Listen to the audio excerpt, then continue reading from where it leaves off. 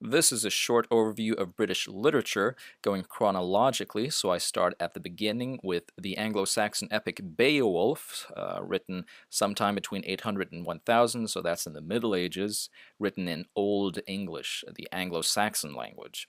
Oh, and by the way, it's about kind of Viking warrior fighting monsters, so it's a very great epic from that era.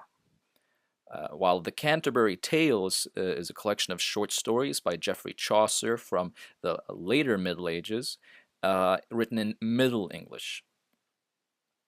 While William Shakespeare is the famous playwright who wrote his plays and poems called sonnets at the end of the 1500s and the beginning of the 1600s, including the plays Hamlet and Romeo and Juliet, Macbeth and King Lear, and many more very famous plays. John Milton is a major poet from the 1600s. He wrote an epic poem called Paradise Lost. An epic poem means that it's almost like a novel. It's a long story, but written so that it rhymes. And this one was about Lucifer, the devil, and the first Genesis story, that he as a fallen angel, which isn't actually in the Bible, but a lot of people think it is, probably because of Paradise Lost. Daniel Defoe wrote Robinson Crusoe as a fake traveler's tale. It was tricked out to seem like it was, in fact, a real or true story when it was not. And it is a very popular novel from as far back as 1719. Another old one is Jonathan Swift's Gulliver Travels, which was a parody of Traveler's Tales and really an early effort to write fantasy.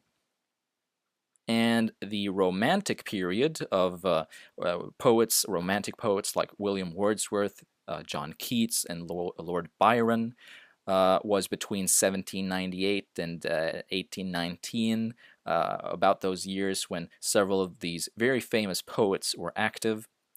But there's more romantic literature. Jane Austen, very famous, of course, wrote several books, most famously Sense and Sensibility and Pride and Prejudice.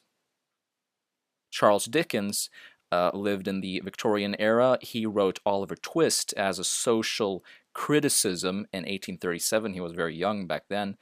He has also written many books that are famous, including Great Expectations. And there's a genre called Gothic horror, famous for the novels Frankenstein and Dracula, sort of monster novels.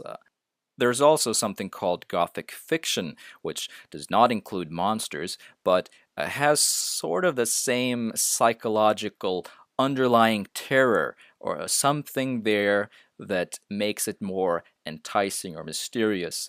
But it can also be romantic. And famous novels here by the Bronte sisters. Charlotte Bronte wrote Jane Eyre, and Emily Bronte wrote Wuthering Heights. In the same year, no less, 1847.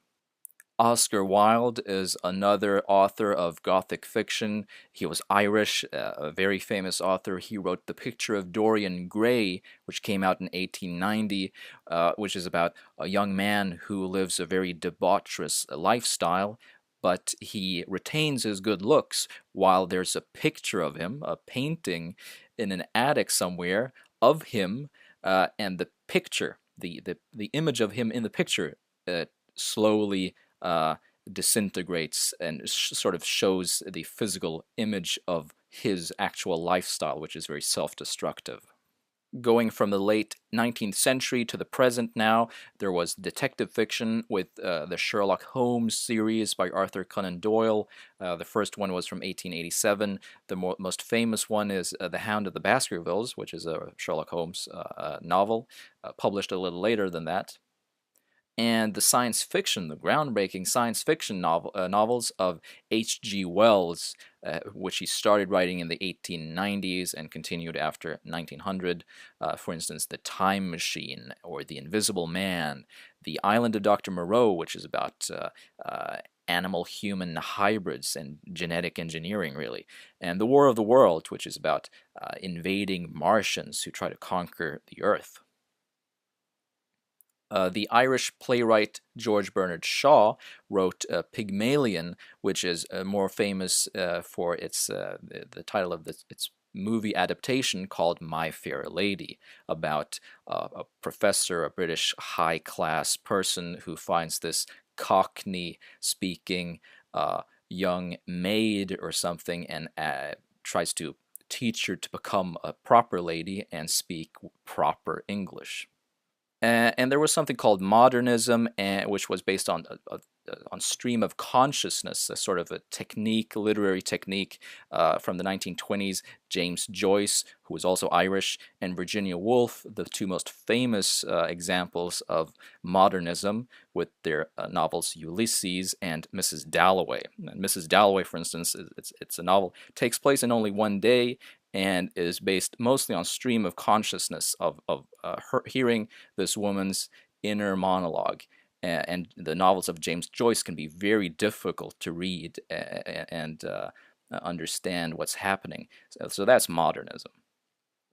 The dystopian novels of George Orwell are very well known. He wrote Animal Farm, which is kind of an allegory of the Russian Revolution, where these animals revolt on their farm and take over the farm, but the leaders create another dictatorship of their own. 1984 is another novel which is very famous for its terminology. He used words there like Big Brother and Newspeak and other ones which have also come into our language and have this dystopian feel. That dystopia is the opposite of utopia. So these are that's a sort of a place that is terrible, whereas utopia is a place that is perfect. John Ronald Reuel Tolkien wrote The Hobbit and The Lord of the Rings, is the most famous example of fantasy literature that has come out of Britain, unless you count J.K. Rowling's Harry Potter series. And J.K. Rowling must be the most successful author ever, I think, in history. Anyway, thanks for watching. Hope you enjoyed it, and catch my other videos if you haven't already.